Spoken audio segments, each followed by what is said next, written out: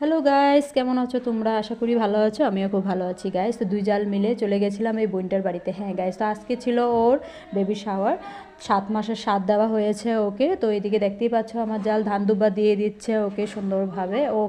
ওকে আমরা একটা চেয়ারের মধ্যে বসিয়ে দিয়েছিলাম, কেন কি স্বাভাবিক এই সময়টার মধ্যে তো নিচে বসাটা খুবই কষ্ট। তো আমরা ওকে নিচে বসতে দিইনি। তো গিয়ে দেখি ওর সমস্ত রিচুয়ালগুলো হয়ে গেছিলো। ইচ্ছে ছিল একটু আগে যাব, গিয়ে দেখব যে ওদের রিচুয়ালগুলো কীভাবে পালন করা হয়, খুব ইচ্ছে ছিল আর কি। তো কিন্তু দেরি হয়ে গেছে, কিছু করার নেই। তো এদিকে দেখতেই পাচ্ছ ওকে কী মিষ্টি লাগছে দেখতে, আর মুখের হাসিটা দেখো, ওরা আরও মিষ্টি লাগছে দেখতে। তো এই এই যে শুভ দিনটা আসার অপেক্ষা আমরা স্বাভাবিক আমরা মেয়েরা করেই থাকি না, বিয়ের পরে যে আমাদের জীবনে এই দিনটা আসুক আমরা সবাই চাই। তো সেই দিনটা আজকে ওর ছিল, তো কত একটা আনন্দ বলো। তাই ওর মুখের হাসিটা দেখো, খুব ভাল লাগছিলো দেখে। তো এদিকে আমিও ধান দুব্বা দিয়ে দিচ্ছিলাম ওকে। তো এদিকে দেখতেই পাচ্ছ।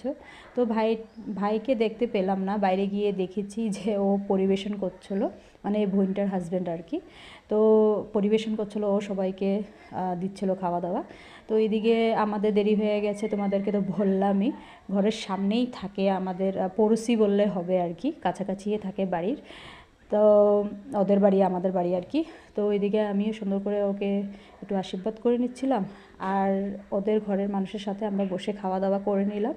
কেন কি এতটাই দেরি হয়ে গেছিলো, একদম বিকেল হয়ে গেছে, ঠান্ডার দিন, বুঝতেই পারছো দিনগুলো এমনিই চলে যায়। তো ওইদিকে ওকে একটু মিষ্টি মুখ করিয়ে দিচ্ছিলাম।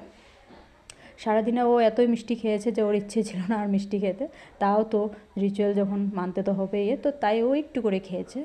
তো ওদের ঘরের মানুষের সাথে আমরা খাওয়া দাওয়া করতে বসে পড়েছিলাম, সেই ভিডিওটা তোমাদের সাথে শেয়ার করতে একদমই ভুলে গেছি গাইজ, তো কিছু মনে করো না।